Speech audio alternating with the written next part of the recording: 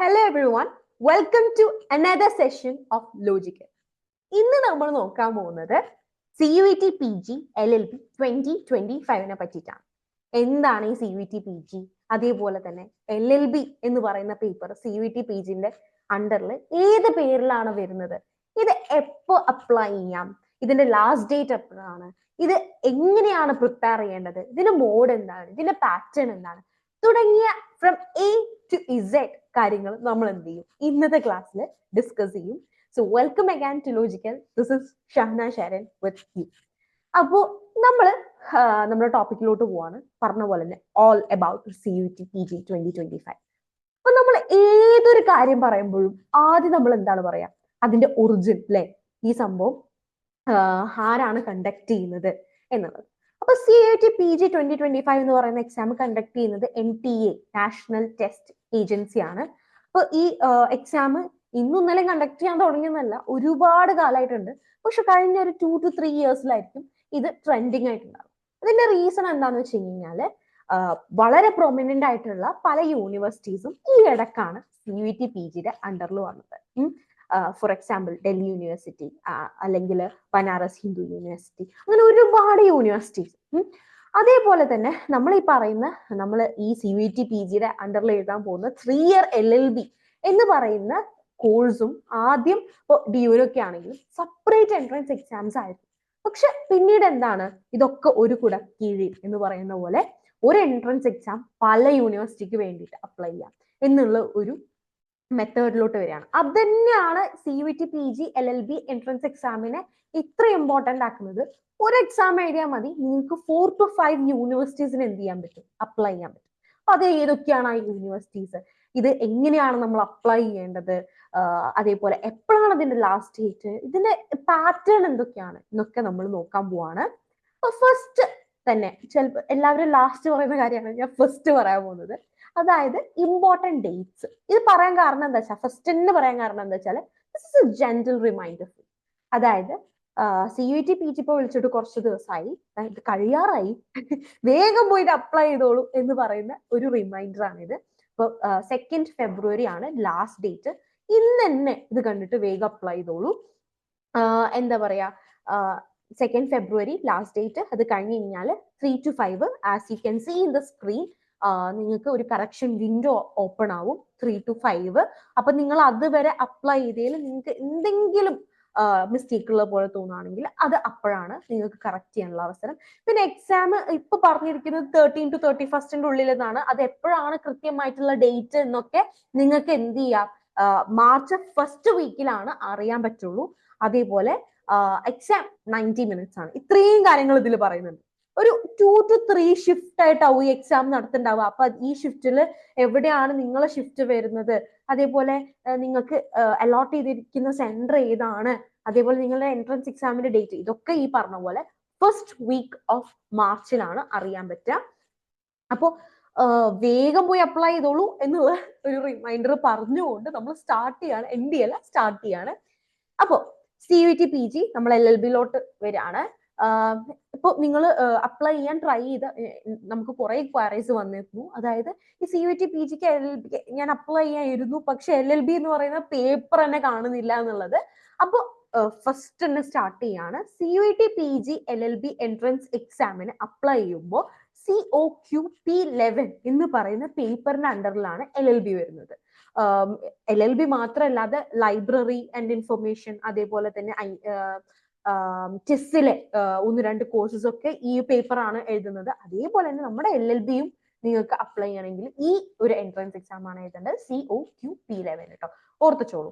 അപ്പൊ നമ്മൾ ഈ പോയി അപ്ലൈ ചെയ്ത് ഈ COQP11 ഒക്കെ അപ്ലൈ ചെയ്തു നമ്മൾ LLBക്കൊക്കെ എഴുതാണെങ്കിൽ നമ്മൾ ഏതൊക്കെ യൂണിവേഴ്സിറ്റിക്ക് വേണ്ടിയിട്ടാണ് ഈ ഒരു എൻട്രൻസ് എക്സാം എഴുതുന്നത് എന്ന് ചോദിച്ചാൽ, ഈ ഒരു എൻട്രൻസ് ഞാൻ പറഞ്ഞില്ലേ നേരത്തെ, അതായത് ഈ ഒരു ഒറ്റ എൻട്രൻസ് എക്സാം എഴുതിയാൽ നിങ്ങൾക്ക് 4-5 യൂണിവേഴ്സിറ്റിയിൽ അപ്ലൈ ചെയ്യാന്നുള്ളത്. വളരെ പ്രൊമിനന്റ് ആയിട്ടുള്ള 4 universities: Banaras Hindu university, university of Delhi, central university of Haryana, north east hill university. ഇത്രയും ഈ 4 സെൻട്രൽ യൂണിവേഴ്സിറ്റീസ് നിങ്ങൾ ഈ ഒരു ഒറ്റ എൻട്രൻസ് എക്സാം എഴുതുന്നതിലൂടെ നിങ്ങൾക്ക് എന്ത് ചെയ്യാൻ പറ്റും, അപ്ലൈ ചെയ്യാൻ പറ്റും. ഓക്കെ, അപ്പൊ നമ്മൾ പേപ്പറിന്റെ പേര് പറഞ്ഞു, ഏതൊക്കെ യൂണിവേഴ്സിറ്റി വരുന്നുണ്ടെന്ന് പറഞ്ഞു അല്ലെ, ലാസ്റ്റ് ഡേറ്റ് ഫസ്റ്റ് പറഞ്ഞു. അപ്പൊ ഇനി നമ്മൾ നോക്കാൻ പോകുന്നത് സിലബസ് ആണ് കേട്ടോ. അപ്പൊ മക്കളെ, സിലബസിന്റെ കാര്യത്തിലോട്ട് വരുമ്പോ ഈ COQP11 എന്ന് പറയുന്ന പേപ്പറിൽ 5 സബ്ജക്ട്സ് ആണ് വരുന്നത്. English, GK, computer basics, general aptitude and logical reasoning, general aptitude, logical reasoning. ഇതിൽ ഏറ്റവും ഇമ്പോർട്ടന്റ് ആയിട്ടുള്ള സബ്ജക്ട് എന്ന് പറഞ്ഞാൽ ലോജിക്കൽ റീസണിങ് ആണ്. അതായത് നിങ്ങളുടെ അച്ഛന് ഇത്ര ഏജ് ആണ്, നിങ്ങളുടെ അച്ഛൻ നിങ്ങളെക്കാട്ടും 5 ഏജ് കൂടുതലാണ് ഇന്ന വർഷത്തില്, അങ്ങനെയാണെങ്കിൽ പ്രസന്റ് ഏജ് എന്താണെന്നൊക്കെ പറയുന്ന ക്വസ്റ്റ്യൻസ് ഉണ്ടല്ലോ, ഏജ്, ക്ലോക്ക്, കലണ്ടർ, അങ്ങനത്തെ സാധനങ്ങൾ. അതാണ് ഏറ്റവും കൂടുതൽ CUET PGക്ക് ഇമ്പോർട്ടന്റ് ആയിട്ടുള്ള പോർഷൻ. ബാക്കി ഒന്നും ഇമ്പോർട്ടന്റ് അല്ല എന്നല്ല, ഏറ്റവും കൂടുതൽ ക്വസ്റ്റ്യൻസ് വരുന്നത് ഈ ഒരു പോർഷൻ ആണ്. ഓക്കെ, അപ്പൊ അത് നമ്മൾ പറഞ്ഞു കഴിഞ്ഞു. ഇനി എക്സാം പാറ്റേണിലോട്ട് വരാം. നിങ്ങൾ ഇതൊക്കെ പഠിച്ച് എക്സാമിനൊക്കെ പോയി, അപ്പൊ ഈ എക്സാമിന് ശരി ഉത്തരായാൽ എത്ര മാർക്ക് കിട്ടും, തെറ്റുത്തരായാൽ എത്ര മാർക്ക് കുറയും, ഏത് ലാംഗ്വേജിലാണ് ഈ ക്വസ്റ്റ്യൻസ് ചോദിക്കുന്നത്, എത്ര ക്വസ്റ്റ്യൻ മൊത്തം ഉണ്ടാവും, ടൈം എത്രയാണ്, ഇത്രയും കാര്യങ്ങൾ പറയുന്ന കാര്യമാണ് എക്സാം പാറ്റേൺ. ഓക്കെ, അപ്പോ മോഡ്, ഈ എക്സാമിന്റെ മോഡിനെ പറ്റിയിട്ടാണ് നമ്മൾ ഫസ്റ്റ് പറയുന്നത്. ഇത് കമ്പ്യൂട്ടർ ബേസ്ഡ് എൻട്രൻസ് ടെസ്റ്റ് ആണ്. അതായത് നിങ്ങൾ അപ്ലൈ ചെയ്യുമ്പോൾ നിങ്ങൾക്ക് പറ്റുന്ന, നിങ്ങൾക്ക് ഫേവറബിൾ ആയിട്ടുള്ള സിറ്റീസ് ഒക്കെ നിങ്ങൾ അപ്ലൈ ചെയ്യും.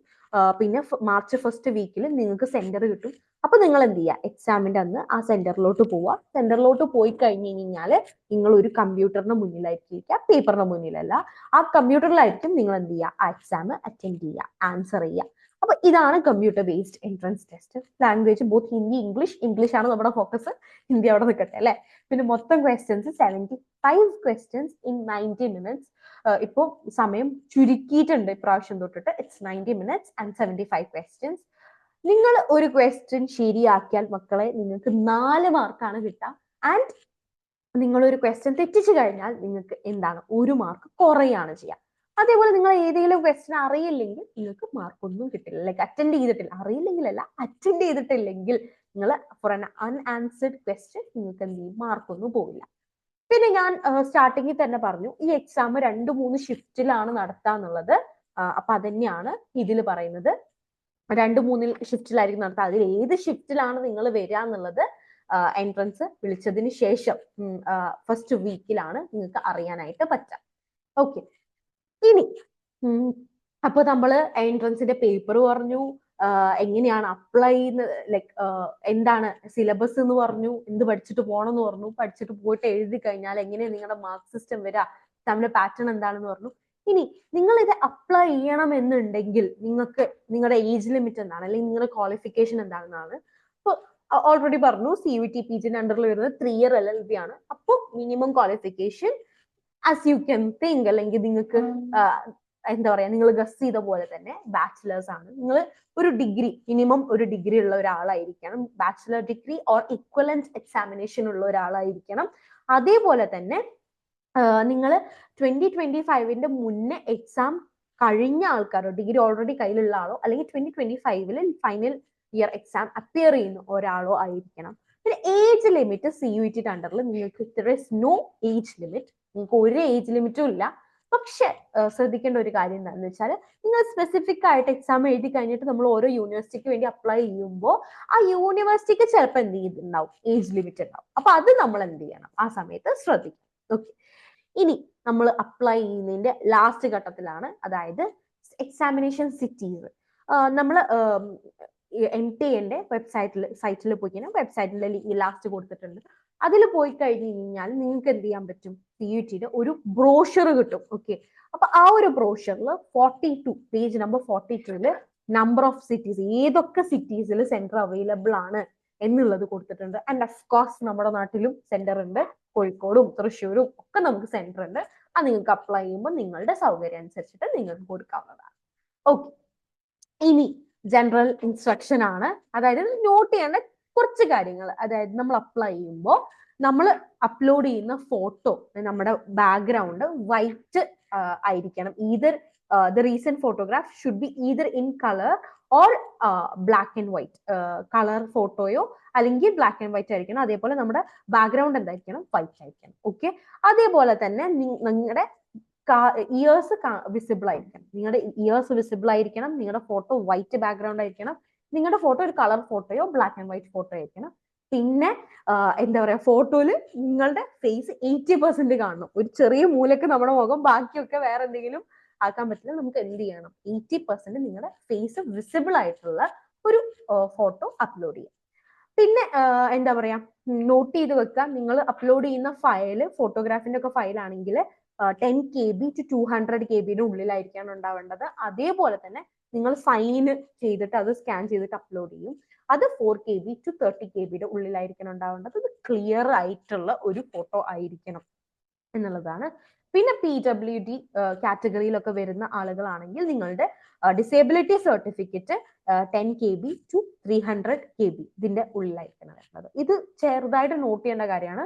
അപ്പം ഇതിൽ ഏറ്റവും ഇമ്പോർട്ടന്റ് ആയിട്ടുള്ള കാര്യം എനിക്ക് പറയണം തോന്നിയത്, വൈറ്റ് ബാക്ക്ഗ്രൗണ്ട് ആയിരിക്കണം, 80% ഫേസ് വിസിബിൾ ആയിരിക്കണം, നിങ്ങളുടെ ഇയേഴ്സ് വിസിബിൾ ആയിരിക്കണം, അതേപോലെ black and white or colour photo. അപ്പൊ അതുകൂടി പറഞ്ഞു.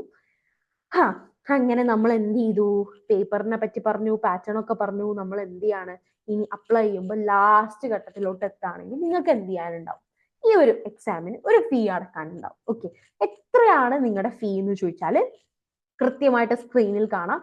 ജനറൽ കാറ്റഗറിയിലാണ് നിങ്ങൾ ബിലോങ് ചെയ്യുന്നത് എന്നുണ്ടെങ്കിൽ നിങ്ങൾ എന്ത് ചെയ്യണം, 1400 rupees ആണ് പേ ചെയ്യേണ്ടത്. ഓക്കെ, അപ്പോൾ നിങ്ങൾ ഒരു LLB പേപ്പറിന് വേണ്ടി അപ്ലൈ ചെയ്യുകയാണെങ്കിൽ, നിങ്ങൾ ജനറൽ കാറ്റഗറി ആണെങ്കിൽ 1400 പേ ചെയ്തിട്ടായിരിക്കും അപ്ലൈ ചെയ്യുക. ആ പേയ്മെന്റ് നിങ്ങൾക്ക് എന്ത് ചെയ്യാൻ പറ്റും, 2 പേപ്പേഴ്സിന് അപ്ലൈ ചെയ്യാൻ പറ്റും. LLB അല്ലാതെ വേറൊരു പേപ്പറിനും കൂടി അപ്ലൈ ചെയ്യാൻ പറ്റും. ഇനി അത് രണ്ടും അല്ലാതെ നിങ്ങൾ മൂന്നാമത്തെ ഒരു പേപ്പറിനും കൂടി അപ്ലൈ ചെയ്യുകയാണെങ്കിൽ എക്സ്ട്രാ 700 കൂടി. ഇനി നാലാമത്തെ ഒരു പേപ്പറിന് അപ്ലൈ ചെയ്യുകയാണെങ്കിൽ എക്സ്ട്രാ പിന്നെ 700, അതായത് 1400. ഇങ്ങനെയായിരിക്കും നിങ്ങളുടെ എന്ത് വരിക, ഫീസ് വരിക. ഇനി OBC ആണെങ്കിൽ ഇതേപോലെ തന്നെ സിമിലർലി നിങ്ങൾക്ക് ഒരു പേപ്പറിന് വരുന്നത് 2 പേപ്പറിന് മിനിമം 2 പേപ്പേഴ്സ് ആണ്. അപ്പോൾ അപ് ടു 2 പേപ്പേഴ്സ്, 1 ആണെങ്കിലും 2 ആണെങ്കിലും നിങ്ങൾക്ക് വരുന്നത് 1200 ആണ്. LLBക്ക് മാത്രം അപ്ലൈ ചെയ്യുകയാണെങ്കിലും LLB പ്ലസ് ഒരു പേപ്പർ ആണെങ്കിലും നിങ്ങൾക്ക് വരുന്നത് 1200 ആണ്. ഇനി മൂന്നാമതൊരു പേപ്പർ ആകുമ്പോൾ പ്ലസ് 600, നാലാമതാകുമ്പോൾ വീണ്ടും പ്ലസ് 600, അതായത് 1200. ഓക്കെ, ഇങ്ങനെയാണ് വരുന്നത്. സിമിലർലി SC/STയുടെ ഫീസ് തന്നിട്ടുണ്ട്, അതേപോലെ PWDയുടെ ഫീസ് തന്നിട്ടുണ്ട്. അപ്പൊ അങ്ങനെ ഇനി ഈ പറഞ്ഞ കാര്യങ്ങളൊക്കെ നിങ്ങൾക്ക് എവിടുന്ന് റെഫർ ചെയ്യാം, ഈ പറഞ്ഞ ഞാൻ ബ്രോഷറിനെ പറ്റി പറഞ്ഞു, ഈ കാര്യങ്ങളൊക്കെ നിങ്ങൾക്ക് എവിടുന്ന് റെഫർ ചെയ്യാം എന്നുള്ളതിന്റെ വെബ്സൈറ്റ് ലിങ്ക് ആണ്. എവിടെ പോയിട്ട് നിങ്ങൾക്ക് അപ്ലൈ ചെയ്യാം, എവിടുന്ന് ബ്രോഷർ റെഫർ ചെയ്യാം എന്നുള്ളതിന്റെ എല്ലാത്തിന്റെയും നിങ്ങൾക്ക് നോക്കാൻ പറ്റുന്ന ലിങ്ക് ആണ്, വെബ്സൈറ്റ് ആണ് കൊടുത്തിരിക്കുന്നത്. ആ ലിങ്കിൽ ഇത് ഞാൻ ബയോയിലും കൊടുക്കും, അപ്പോൾ ഡിസ്ക്രിപ്ഷൻ ബോക്സിൽ ഞാൻ കൊടുത്തിട്ടുണ്ടാവും. അപ്പൊ എന്ത് ചെയ്യുക, അതിൽ പോയിട്ട് ക്ലിക്ക് ചെയ്യുക, നിങ്ങൾ അപ്ലൈ ചെയ്യുക. അതേപോലെ തന്നെ നമ്മൾ അപ്ലൈ ചെയ്യുന്ന, ലൈവായിട്ട് അപ്ലൈ ചെയ്യുന്ന ഒരു വീഡിയോ നമ്മൾ എന്ത് ചെയ്യും, പോസ്റ്റ് ചെയ്യുന്നതായിരിക്കും. അപ്പോൾ അത്രയാണ് നമ്മുടെ ഇന്നത്തെ ക്ലാസ് എന്ന് പറഞ്ഞത്. ഒരു കാര്യം കൂടി കാണിച്ചിട്ട് വൈൻഡപ്പ് ചെയ്യാം. ഞാൻ പറഞ്ഞില്ലേ ചെറിയ ക്ലാസ് ആണ്, പക്ഷെ നമ്മൾ എല്ലാ കാര്യവും കവർ ചെയ്ത് പോയിട്ടുണ്ട്. അപ്പൊ ഇതാണ് ഞാൻ പറഞ്ഞ ബ്രോഷർ കേട്ടോ മക്കളെ. അപ്പൊ ഈ ഒരു ബ്രോഷർ നിങ്ങൾ ഫസ്റ്റ് കാണുമ്പോൾ ഒരുപാട് പേജ് ഉണ്ടാവും. അപ്പൊ അത് കണ്ടിട്ട് നിങ്ങൾ ബോധം പോണ്ടെന്ന് പറഞ്ഞിട്ടാണ് ഇതിൽ നിന്ന് ഇമ്പോർട്ടന്റ് ആയിട്ടുള്ള കാര്യങ്ങളൊക്കെ കൂടിയിട്ട് ഒറ്റ PPTയിലായിട്ട് ഞാനിപ്പോ പ്രസന്റ് ചെയ്തിട്ടുള്ളത്. അപ്പോ ഈ ഒരു ബ്രോഷറിൽ നിങ്ങൾക്ക് എന്തെങ്കിലും ഡൗട്ട് ഉണ്ടെങ്കിൽ ബ്രോഷർ റെഫർ ചെയ്താൽ മതി.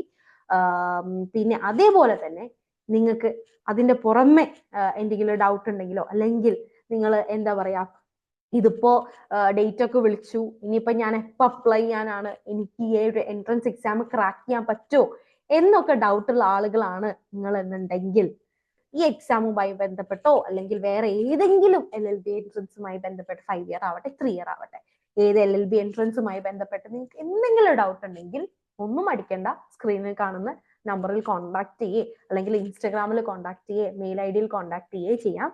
We will be always happy to help you guys. Appo, thank you so much.